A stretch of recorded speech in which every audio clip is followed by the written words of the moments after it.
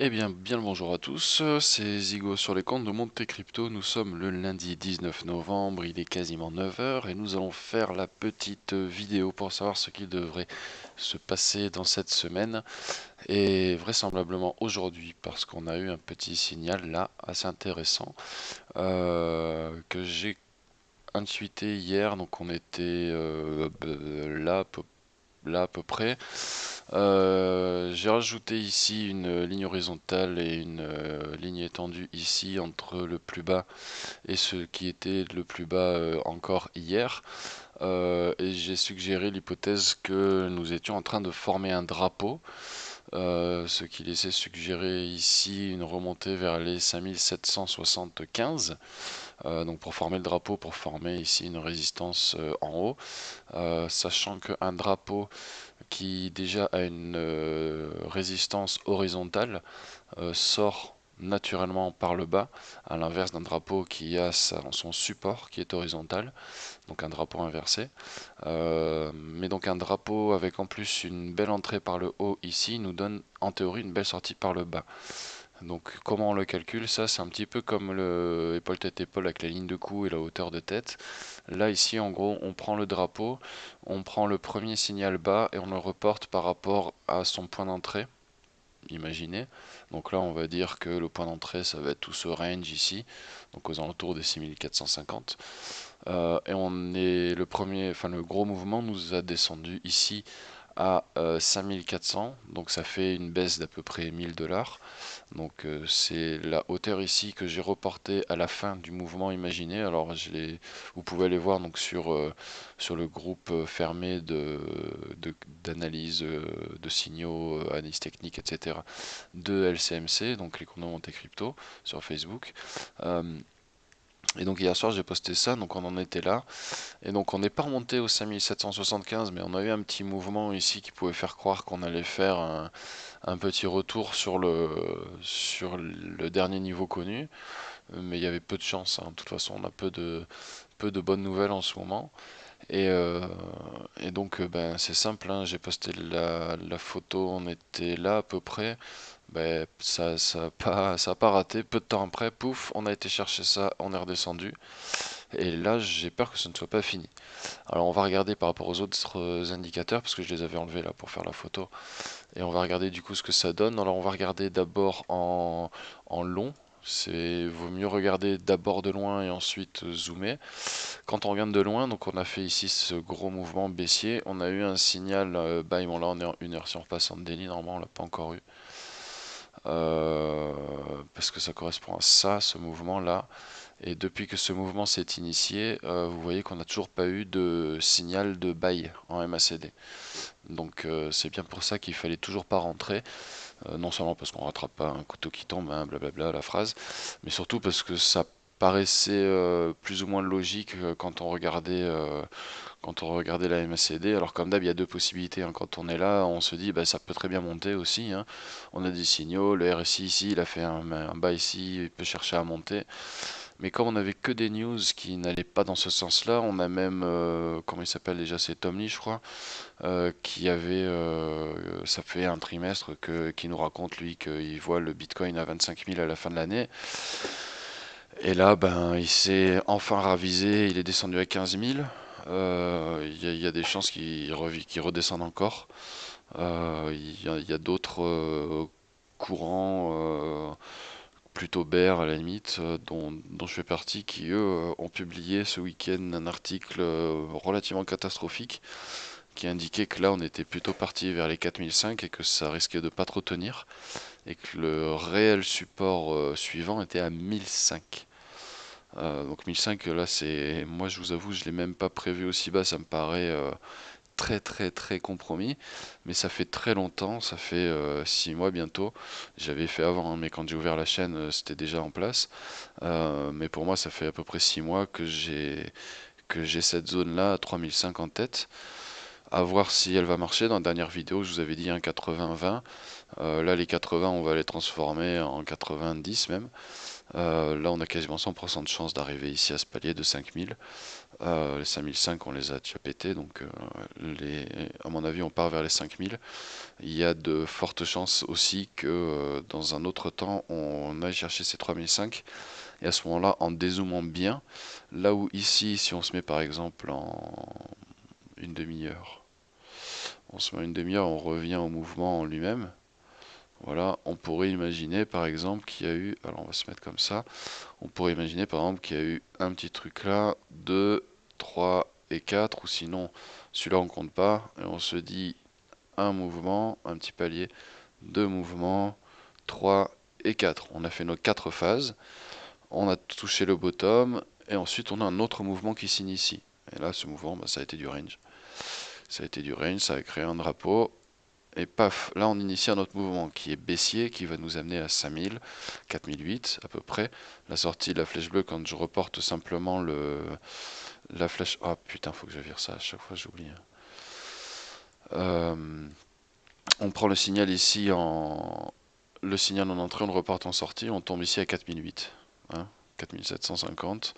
Donc là, on est parti dans ce mouvement pour naviguer entre 4008 et 5000. Donc c'est ce que je vous ai annoncé d'ailleurs vendredi. Là, on a un indice qui vient s'ajouter et qui nous dit qu'il y a encore plus de chances que ça se produise. Parce qu'effectivement, là, on serait parti vers le haut. Forcément, aujourd'hui, je vous aurais dit, bon, on a eu un nouveau signal, ça change, blablabla, la MACD a l'air de chercher un plus haut, etc. Ce n'est pas le cas. On a ici ce signal-là, possible mise en drapeau, validé puisqu'on est remonté. Alors le vrai drapeau, il est plus là. Hein. Il est plus là et on le voit bien, ça a tapé ici, ça a tapé ici. Là, ça a percé, mais on peut pas considérer que ça a réellement percé. C'est pas aller chercher plus haut, c'est pas resté longtemps, c'est vite redescendu. Ça a touché ici encore et c'est venu retoucher une dernière fois pour ensuite sortir. Donc drapeau validé et on cherche la sortie 4008, 5000 qui sont attendus.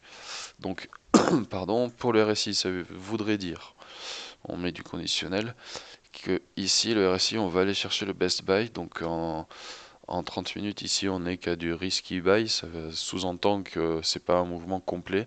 Il peut se prolonger. Là, il semble se prolonger. On part vers le bas. On devrait aller chercher un best buy. Le best buy, je pense qu'il va être aux alentours des 5002. 5002, on va avoir une sorte de petit palier qui va durer peut-être une demi-journée pendant l'après-midi. Et on devrait ensuite aller rechercher le bas, sauf si on a une réelle accélération. Là, je suis en train de voir qu'on est à 5419. C'est en train de quand même pas mal bouger. Ça va peut-être aller un peu plus vite que prévu. Mais même en une demi-heure ici, quand on regarde, la MACD va se recroiser. On va avoir normalement un MACD sell puisque le jaune ici, s'il l'a pas déjà fait, normalement il l'a pas déjà fait, sinon j'aurais dû avoir un... Bah ici il a déjà fait ce con. Pourquoi ici j'ai pas eu mon MACD sell? Ah non, MACD sell, je l'ai au croisement du bleu, c'est-à-dire après le retournement fait. Tout à fait, c'est vrai, donc c'est normal. C'est normal, donc on n'a pas de MACD sell, il faut pas s'attendre à en avoir tout de suite. Pardon. Parce que le MACD sell, on l'a au croisement du bleu, ici, qui était négatif et qui repasse en positif. C'est-à-dire que le mouvement de retournement est terminé. Donc on va restagner, voire redescendre. Donc là, vous voyez, c'est un mouvement fort, hein, parce qu'on a passé tout le week-end à remonter tout doucement. Là, les gens se réveillent, pouf, tout de suite, signal de vente, c'est très clair. Donc aujourd'hui, ça va saigner en toute théorie. Donc on a ici cette zone-là qu'on va attendre tranquillement, on va attendre de l'atteindre. Qu'est-ce que ça donne pour les autres? Alors on voit notre petit Ethereum qui est très très sympa. Hein. Il arrive, il a pété son 167 allègrement. Donc là, sachant que c'était le dernier support qui avait été testé, où est-ce qu'on était? Où est-ce qu'il était descendu au 160 là? Voilà, c'était ici. Donc on était le 12 septembre, donc c'était il y a 2 bons mois. Il y a 2 bons mois, on a été tapé ce 167,64. Donc c'est à ce moment-là que j'avais mis ce support-là en me disant bah, le jour où on franchit ce support-là, on va aller théoriquement chercher celui-là, donc qui est au 130. Eh ben, c'est simple, hein. En gros, ces flèches-là, elles sont là, hein. Vous voyez, ça, on peut la mettre. Ah, merde. Celle-là, on peut la mettre ici. Tac. Et celle qui était là, eh ben, elle est là. Donc, grossièrement. Donc, je les enlève parce que voilà, ça se passe un mois après. Donc, je ne peux pas considérer que ça soit bon. Euh, mais voilà, en gros, dans l'idée, on va chercher ça. Donc, cette petite zone-là, je vais aller la mettre ici. Pour une fois que j'avais un peu trop anticipé le fait que ça puisse durer, bah forcément c'est raccourci, hein, c'est toujours comme ça que ça se passe. Donc pour l'Ethereum, on attend les 130. 130, on arrivera également à un deuxième support oblique ici, le support de la tendance générale. Alors d'où qui vient celui-là D'où qui vient celui-là Mais bon sang, je sais que c'est lundi, mais quand même. Tac tac. D'où qui vient celui-là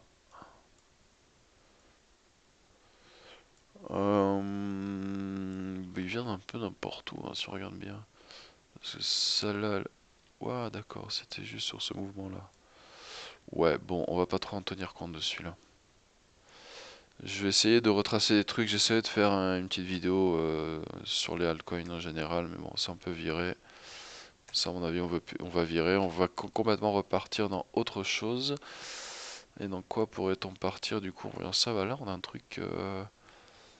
Ouais, ça serait catastrophique quand même. Ça serait catastrophique, on peut pas aller dans le négatif non plus, les enfants. Il est où le zéro? Il est là. Ouais, on n'est pas loin. Alors, tout début, alors si on se met en weekly, alors je le fais en direct avec vous, hein, tout simplement. Weekly, on était au 17. 150 euros, on est en train de. On le pète celui-là. C'est catastrophique pour l'Ethereum là. Quand on regarde de plus près, ici, la dernière mèche très basse en août 2017 était à 143, là on est à 156 les enfants. Donc est-ce qu'il va y avoir une petite réaction à 143 et ensuite un petit rebond pour redescendre? Je sais pas, mais là on n'est pas bien du tout. On n'est pas bien du tout. Dans tous les cas, je vais mettre une petite alarme. Je vais mettre une petite alarme vers les 130 là, parce qu'en tout cas là on s'y dirige très bien. Est-ce que ça sera un bon point d'entrée ou pas? Je sais pas. Faudra regarder à ce moment-là où en est le Bitcoin. Donc là, ah bah ça y est, il pète. 5385, il vient de perdre 50. Si on se met en 5 minutes, qu'est-ce qu'on a? Ouais, c'est pas good, hein. C'est pas good, c'est pas good. Un, 2. Ouais, ça va encore partir en live tout ça. Donc on devrait avoir une journée plutôt rouge, hein, comme vous êtes en train de le constater pendant que je fais la vidéo. On était en daily. Donc voilà, pour l'Ethereum 130, pour le Bitcoin 4008, 5000. L'Omisego, où est-ce qu'il va se, se rendre lui? On peut pas trop savoir, faudrait voir par rapport au Bitcoin. Bitcoin, il pourrait aller jusqu'où? Ouais, il est déjà 457, il faut qu'il aille à 400. À 400, c'est inquiétant, mais à voir. À voir. Neo 11, pareil. Toutes les altes sont en train de partir dans de sales baisses, dans de sales supports qu'ils n'ont pas vu depuis longtemps. Le BNB, lui, c'est pareil, hein, il rattrape des niveaux. Là, en toute logique, le BNB, il va chercher ses 5,5. Voilà pour le BNB. L'ONT 1,20, donc il se rapproche de ses 1. Qu'est-ce qu'il va faire ensuite? Là, il est déjà en best buy, mais bon, la MACD, on n'a pas assez de recul pour le voir. EOS, lui, il est sorti complètement de toutes ces tendances, même de la pire. Il est sur son dernier support connu, donc il devrait le casser aussi. Alors le XRP, lui, il a toujours il va un peu à contre-tendance. C'est quasiment la seule altcoin qui va à contre-tendance. Je crois qu'elle est passée deuxième au market cap parce que c'est une monnaie, une crypto qui se maintient beaucoup. Elle s'est très très bien maintenue ces 2 dernières semaines alors que toutes les cryptos ont dévissé. Euh, et n'oubliez pas que cette monnaie, le Ripple, hein, le XRP, c'est la monnaie des banques, hein. Donc si elle a un fonctionnement qui n'est pas normal, bah, c'est normal. Moi, ma logique, c'est que les banques en ce moment injectent beaucoup parce que elles utilisent ça pour leurs échanges internes. Euh, donc c'est une monnaie qui sera presque toujours un petit peu plus soutenue que les autres parce que les banques ont envie que les gens aient confiance dans le Ripple, en achètent, parce que ça reviendrait à reprendre le pouvoir sur la crypto. En gros, si vous voulez, le but d'une crypto-monnaie, c'est d'avoir un échange décentralisé sans un tiers qui fasse arbitre au milieu pour arbitrer la transaction. Là, c'est le réseau qui le fait à la place de l'arbitre, donc la banque. Et vous vous doutez bien que pour les banques, il y a un énorme manque à gagner, hein, si les clients font leur propre banque, on va dire, sont de grands garçons et arrivent à faire leur transfert tout seuls, ben, comment vont vivre les pauvres petites banques? Et ben, elles savent pas trop. Du coup, elles ont créé le Ripple, elles se sont associées pour créer une crypto qui s'appelle le Ripple. Et dites-vous bien que si tout le monde achète du Ripple parce que c'est, imaginons demain, une des seules monnaies qui est relativement stable, euh, eh ben, elles reprendront un certain monopole sur les cryptos. Et donc du coup, on perdra l'essence même de l'idée d'une crypto-monnaie. Toujours est-il que si on regarde le XRP, bien qu'elle soit plus soutenue que les autres, hein, vous voyez qu'elle est loin, contrairement à toutes les autres haltes, elle est loin de son support ici qui est à 0,27. On est dans une config qui est pas non plus excellente, dans le sens où quand on regarde le RSI, il a été se choper de bonnes zones de surachat avec même du rouge, hein. Le rouge, c'est quand on a vraiment été tapé loin, donc on le voit, c'est représenté par cette mèche ici, sans être cherché de buy depuis 2 mois, donc zone de survente. Donc ça m'étonnerait qu'on refasse un rebond ici en zone middle, voire en limite de survente, parce que le contexte est quand même relativement pourri. Donc je pense qu'on devrait se refaire un tour en zone de survente ici quelque part. Est-ce que ça correspondra à ce support-là? Alors on va le mettre ici d'ailleurs. Voilà, tac, ça, on va virer pour que ce soit un peu plus clair parce que on va profiter de la crise pour épurer un petit peu tout ça. Voilà, est-ce qu'il va se prendre ce support-là? Est-ce qu'il va se prendre plutôt ce support-là? Voilà, c'est un peu la question que je me pose. Celui-là a l'air plus logique parce qu'on en rattrape un autre qui a été vérifié il y a longtemps. Donc on chercherait plutôt les 0,27, hein, donc son bas, on va dire. Mais elle va mettre un peu plus de temps que les autres, théoriquement. Le Mona, on se pose pas de questions, il baisse pas, mais bon, parce qu'il est déjà tout en bas. Le Doge, on verra un petit peu plus tard, mais comme prévu, donc je vous rappelle que ici, on s'était dit que ça serait pas mal de vendre parce que les signes n'étaient pas très bons, on avait été voir beaucoup de fois le surachat, la logique voulait qu'on retrouve la survente, donc on a bien bien bien corrigé, hein. Là on est complètement revenu à l'origine, on a une petite descente ici de 0,25 à peut-être 0,23, mais ça commence à être un point d'entrée intéressant pour le Doge, s'il y en a qui veulent s'amuser avec le Doge. Mais généralement, vous voyez, hein, quand le Doge arrive en bas, il y a une manipulation qui fait qu'il remonte, qu'il redescend tout doucement. Il a un scénario en vague, nivelé par le bas, quoi. Et ensuite, on passe sur des valeurs indexées sur le Bitcoin. Donc, elles stagnent un peu, mais bon, c'est pas leur valeur en dollars chute considérablement. Donc, vous voyez toute range et légère baisse. Ah bah tiens, c'est marrant ça de regarder. C'est un truc que j'avais fait il y a très très très longtemps parce que j'avais pas du tout touché. Donc là, j'ai eu un échec sur ce scénario-là. En 30 jours, il n'a pas été atteint. Il avait été atteint beaucoup plus vite. Donc ça, d'ailleurs, on peut le virer. Donc ça, c'est raté. Celui-là, il est en cours. Celui-là aussi, tiens, c'est marrant de retrouver ça 2 mois après. Je sais pas quand je l'avais mis. Donc moi, j'avais prévu ça. Donc là, c'est pas un échec, mais il a été fait beaucoup plus tôt, vous voyez. Le Néo, j'avais intuité le fait qu'il puisse retourner au 0,02.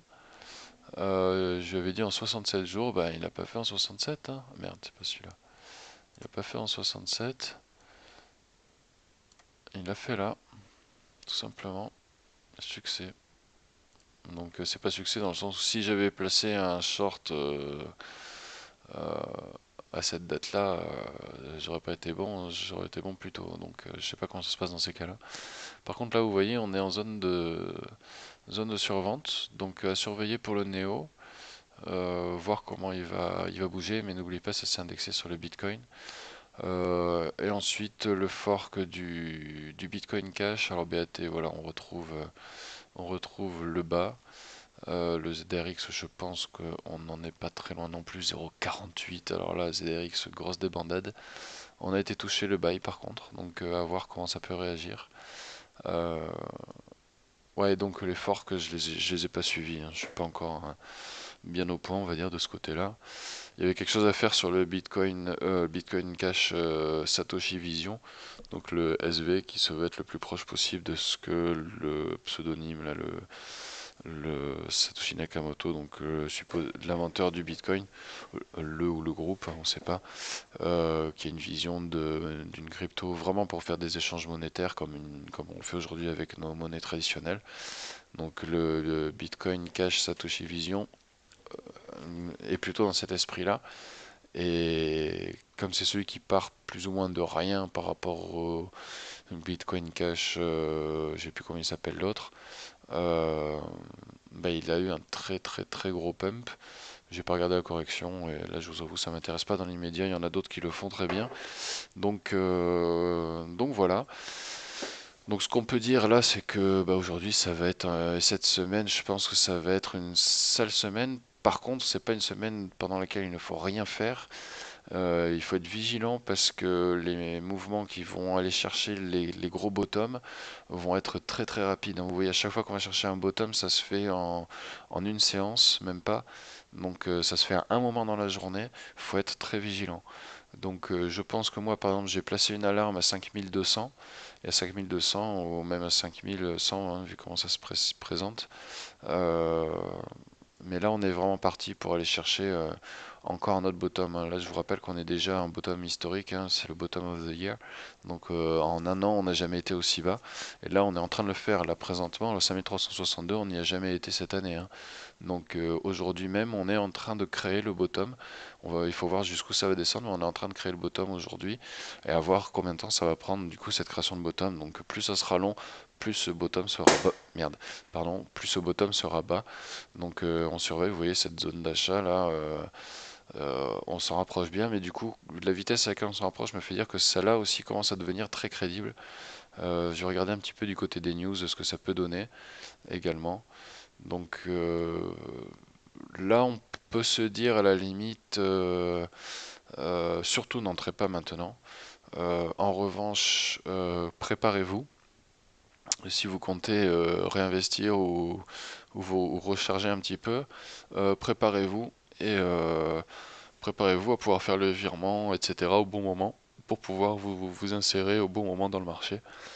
Et voilà tout ce qu'on peut dire aujourd'hui. On va attendre un petit peu. Ah oui, on n'a pas regardé les MACD et RSI en plus court. Donc là, on voit en plus long sur la MACD, cassez-vous. On va croiser ça. Donc là, on va avoir un sale mouvement. On est en négatif. On est déjà à moins 250. Allez, moins 200. C'est très très très mauvais de faire un retournement à moins 200 dans le négatif. On va en putain de sale mouvement, les gars. Là en gros, on est dans cette configuration-là, mais en pire parce qu'on vient de faire une belle période positive. Donc je pense très sincèrement qu'on va avoir une sale semaine. Par contre, c'est très bien pour nous les bears parce que on va être très vigilant et on va chercher un éventuel point d'entrée, pas au-dessus de 5000 si possible. Euh, et quand on sera arrivé dans cette zone des 5000 là, soyons très vigilants. J'essaierai de faire une vidéo si je le peux. Et, et voilà tout, hein. Voilà tout ce qu'on peut dire. Si vous avez des commentaires, des questions, des suggestions, des demandes, hein, quelles qu'elles soient ou presque, n'hésitez pas à les indiquer en commentaire. Si vous avez aimé la vidéo, un petit pouce bleu, ça prend un instant et ça me fait plaisir, c'est cool. Voilà, n'hésitez pas à parler de cette chaîne si vous trouvez que je dis pas trop de conneries et que les analyses ne sont pas trop mauvaises. Moi, je vous avoue qu'avec ces différents outils-là que j'ai créés, ben, j'ai l'impression de m'en sortir pas trop trop mal. Et voilà, donc ce qu'on peut en dire pour ce début de semaine en tout cas, c'est que ça sent pas bon pour les boules. Là, je pense qu'ils sont partis à Bornéo, là, parce qu'ils sont en train de se cacher sous les cocotiers, sous les buissons, ou plutôt dans une mine, bien au fond, là où il fait noir et on les voit pas. Parce que là, on n'est pas vraiment bien parti. Ensuite, quand on aura atteint ces bottoms, il y aura deux possibilités. Euh, les boules qui sont convaincus que ça devrait vite remonter vont être plutôt pour cette flèche-là. Et les bears vont plutôt être pour cette ligne orange, voire pour cette flèche rouge ici. Moi, je suis plutôt dans cette configuration-là. J'ai plutôt l'impression qu'ici, c'est un gros mouvement annuel qu'on va avoir, qu'on a fait que la première phase ici, que là, on va avoir une deuxième phase ici, un petit range là, et ensuite troisième, quatrième pour aller atteindre ces niveaux-là. Là, on va être à Noël à peu près. Et alors en 2019, est-ce qu'on va avoir un rebond direct comme ça ou pas? Ça dépendra des annonces, même si les annonces, encore une fois, c'est pas forcément fiable, mais ça peut initier des mouvements. Et ensuite, quand un mouvement s'initie, ça peut faire boule de neige.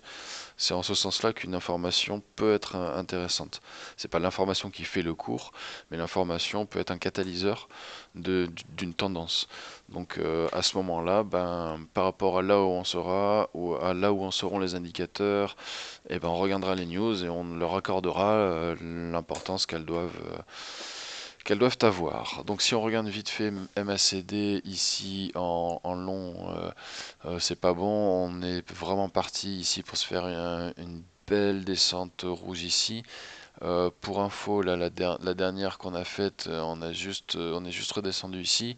Quand on regarde les mouvements, le plus gros mouvement qu'on ait eu, on est tombé à moins 1200, moins 1300. Ça veut dire que là, au niveau volume, les gens scellent, mais à mort. Aujourd'hui, on est ici. Il y a une grosse marge, hein. Rien que si on arrivait à ce niveau-là pour le signal, ça nous ferait une zone rouge à moins 1000, un signal qui descend, on va dire, à moins 676. Là, on est à 3005, c'est clair, hein. Mais c'est clair et net, hein. Donc ça veut juste dire que le cours va chuter de moitié. Donc là, de 5003, on est à 2005 même. Donc alors moi, je serais très content, hein, parce que ça fait un an que je dis qu'on atteint ces niveaux-là. Je me souviens des gens qui se foutaient de la gueule des autres qui disaient mais jamais il va redescendre à 10 000 le Bitcoin, c'est bon, c'est parti.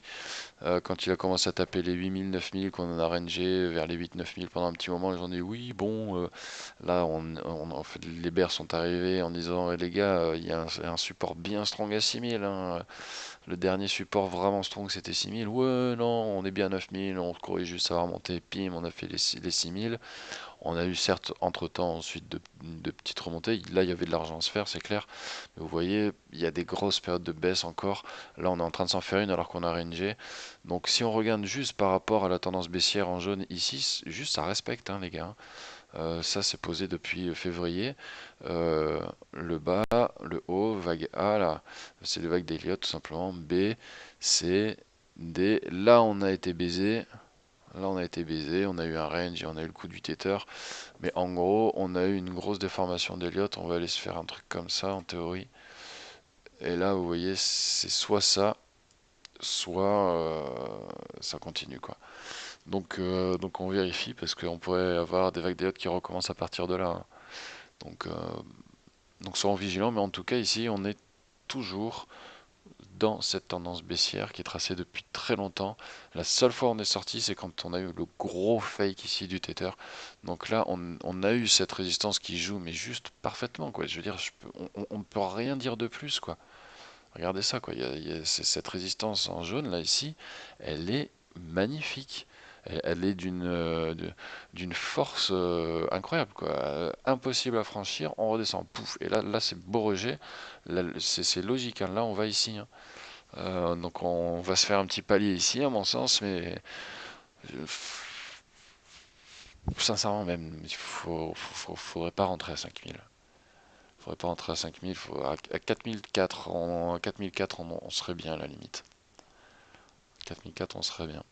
Je vais voir comment se passe le début de semaine et c'est pas impossible que je déplace cette zone là et que celle-là, bah, on voit où elle peut se retrouver ensuite, quoi. À voir. Bref, sale semaine, soyez très vigilants mais n'entrez pas.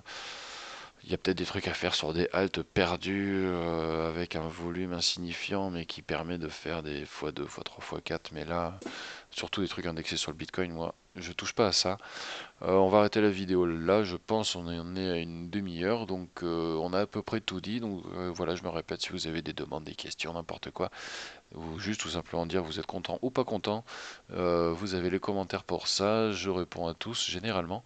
Donc n'hésitez pas, et passez une bonne journée, bonne semaine, et on se retrouve vendredi pour la vidéo du bilan de la semaine et des prévisions du week-end.